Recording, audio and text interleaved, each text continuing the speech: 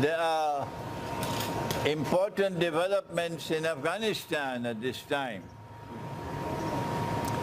How do these developments impact on Pakistan, and how should Pakistan respond? My answer is that the Afghan people have one more time demonstrated that you cannot defeat them. Britain tried and Britain failed. The Soviet Union tried, not Russia, the Soviet Union tried, and the Soviet Union failed. And then the Yankees, Washington, United States tried, and after 20 years, United States has accepted. We failed.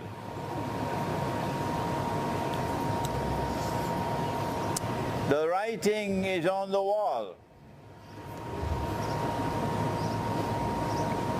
Even though Afghanistan has the same kind of ulama from Darul Uloom like Pakistan, but they have backbone and they can fight. They don't have the knowledge.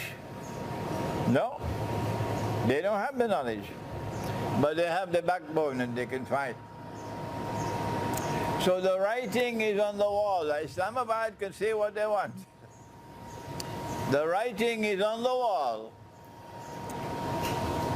In my opinion, it's only a matter of time that the Islamic Emirate of Afghanistan will be restored. It was established in the 1990s, and Mullah Umar was the head of the state. And they had an ambassador in New York. And this man was fluent in English. A very well-educated man, a very cultured man. And he became my friend because I was based in New York. And he was sending the cassettes because there was no internet. He was sending the cassettes of my lectures to Kabul. And he reported to me, Syeikh, Kabul agrees with you, everything except two.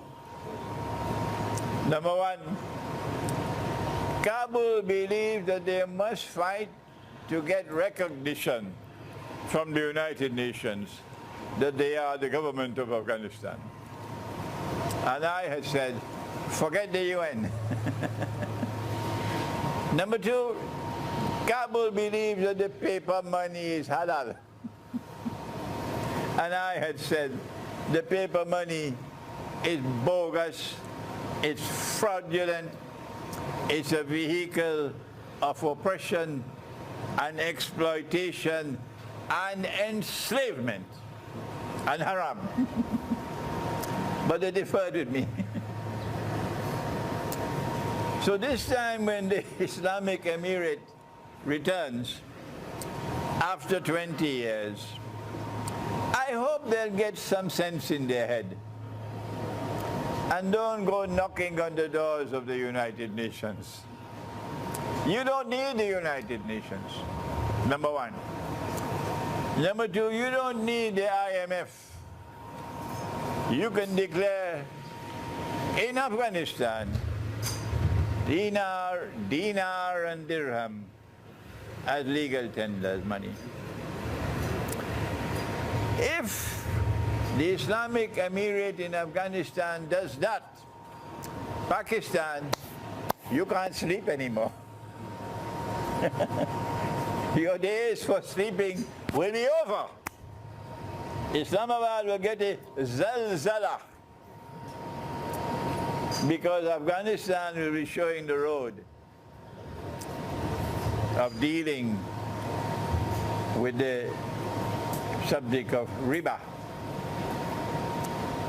So Pakistan will then have to declare dinar and dirham legal tender here as well, while the rupee is still there.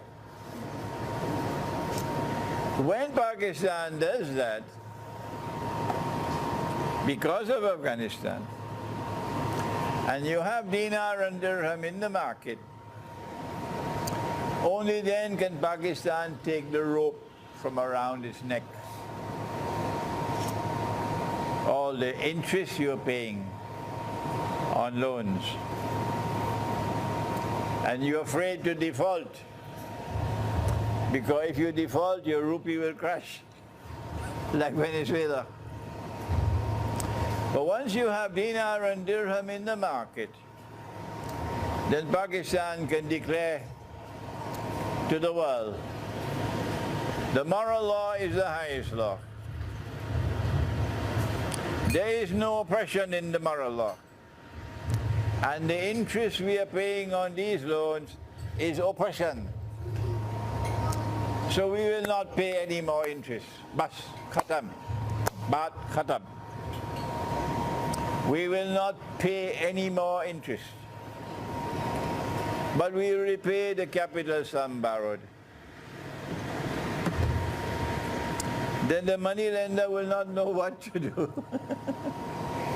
Because if we tax the rupee and the rupee crashes, we have dinar and dirham.